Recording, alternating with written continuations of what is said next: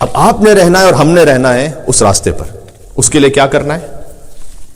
3 آیتیں. اب تک میں نے تقریباً میں ساری آیتیں پڑھ رہا ہوں آپ کے سامنے کے بعد 3 آیتیں اور جہاں قرآن نے تقوی کی بات کی ہے ایک خاص عمل کے ساتھ. یہ کرو اور تقوی، یعنی اگر آپ وہ عمل کر لیں گے تقوی حاصل ہو جائے گا.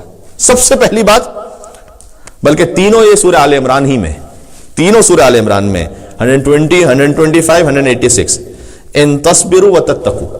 پہلے کہا دیکھو اگر صبر کرو اور تقوی اختیار کرو. پہلی منزل صبر کرنا پڑے گا. پیشنس آسان نہیں ہے، اللہ کے راستے پہ چلنا صبر کرنا پڑے گا.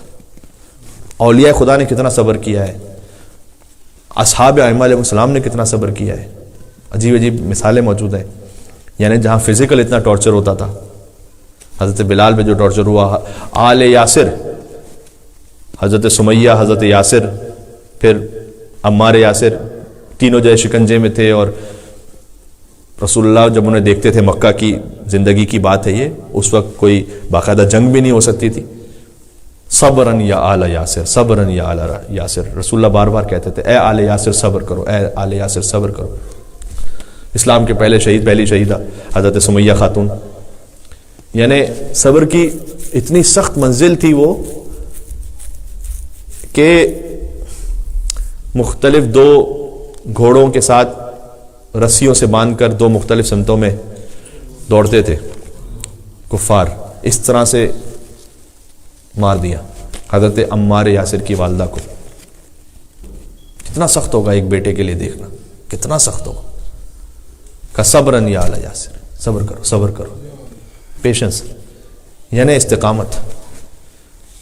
دیکھیں میں عرض کرنا چاہ رہا ہوں کہ اللہ کی توفیق اور تائید ہوتی ہے، لیکن بہرحال انسان کو ابتدا میں قربانی دینی پڑتی ہے.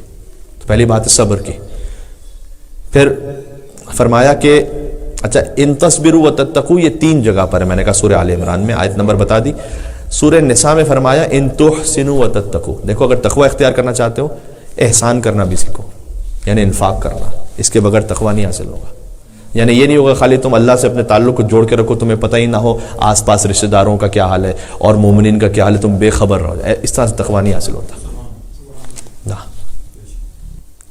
کم سے کم اپنے عزیز رشتہ دار، اعزاء اقربا، دوست احباب، ان کی تو خبر رکھو کم سے کم. یہ تو بہت منیمم ہے. ان تحسنوا وتتقوا، کہ اگر تم احسان کرنے والے بنو، فقط مالی احسان نہیں، ہر قسم کا، اور تتقوا. یہاں پر کم سے کم اس کا ایک مصداق جو ہے انفاق ہے.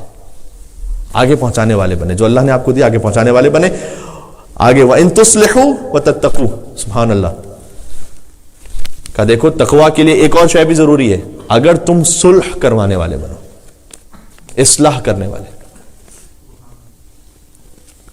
ہو سکتا ہے کسی کا جو ہے مسلح وہ 2 کلو کا ہو، اس کے اندر اتنی دعاؤں کی کتابیں ہوں، اتنے بڑے بڑے سجدگاہ ہوں، اتنی بڑی بڑی تسبیح ہوں، لیکن اسے کہو کہ بھائی یہ 2 مومن ہیں، ان کی ذرا صلح. کہا نہیں یار، میں کون جھنجھٹ میں پڑے، چھوڑو. یہ تقوی نہیں ہے. کوشش کریں صلح کروانے والے بنے، مومنین کو جوڑنے والے بنے. جب تک جوڑنے والے نہیں بنے تقوی نہیں حاصل ہوگا.